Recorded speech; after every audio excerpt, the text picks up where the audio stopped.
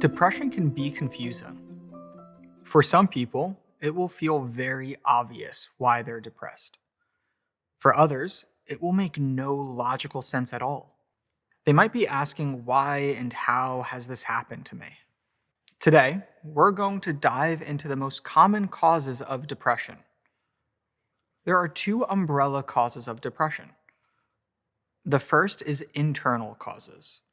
Think genetics, brain chemistry, or other diseases that can lead to depression. The second umbrella is external causes. Events that happen in your life that can cause depression. It could be a trauma, like a car accident, or a major life event, like the loss of a loved one. First, let's get into the internal causes of depression. The first is genetics. If there's a history of depression in your family, you may be more likely to develop it at some point in your life.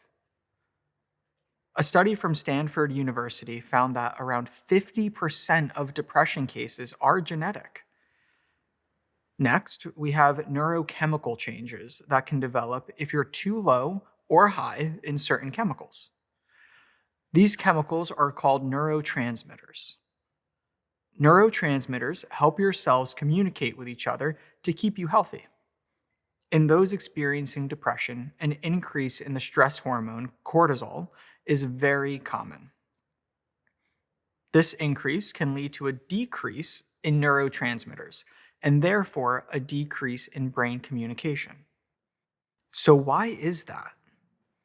Because the increase in cortisol decreases the size of key areas in the brain responsible for self-perception, learning, and memory. This can ultimately lead to depression. Last, certain diseases and disorders can increase your risk of depression. In some cases, anxiety, obsessive compulsive disorder, or OCD, attention deficit hyperactivity disorder, ADHD, bipolar, and drug and alcohol dependencies have links to an increased risk of depression. Since these conditions affect the brain, they're often linked to depression. But in most cases, we don't know which came first, the depression or the related disorder. The next umbrella cause of depression is external factors, like major accidents or life events. These can include car accidents, physical abuse, food insecurity, housing instability, and community violence. It's very common to develop some form of depression after a traumatic incident. Why? Traumatic incidents can affect your self-perception and your feelings towards others. After an incident, you may feel chronically sad, scared, anxious, or even hopeless. These events might also make you want to be alone most of the time, and social connection is key to health. Financial struggles, abusive relationships, and challenging family dynamics can also contribute to depression.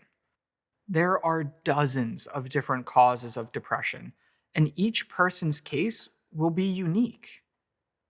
The common theme, though, no one is to blame for their depression, and no one is an outcast. Around 21 million people in the United States have had at least one major depressive episode in their lives.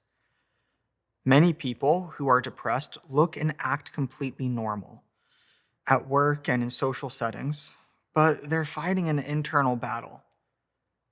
So how can that be? Everyone's health and lifestyle is different, and depression is often silent. There's no one way it develops, and no one treatment plan that works for everyone. We do know that it's very possible to recover from depression, whatever recovery might look like for you. Around 80% of people who seek treatment are able to improve or reverse their condition. If you suspect you might have depression, we encourage you to speak with your doctor and get the help you deserve.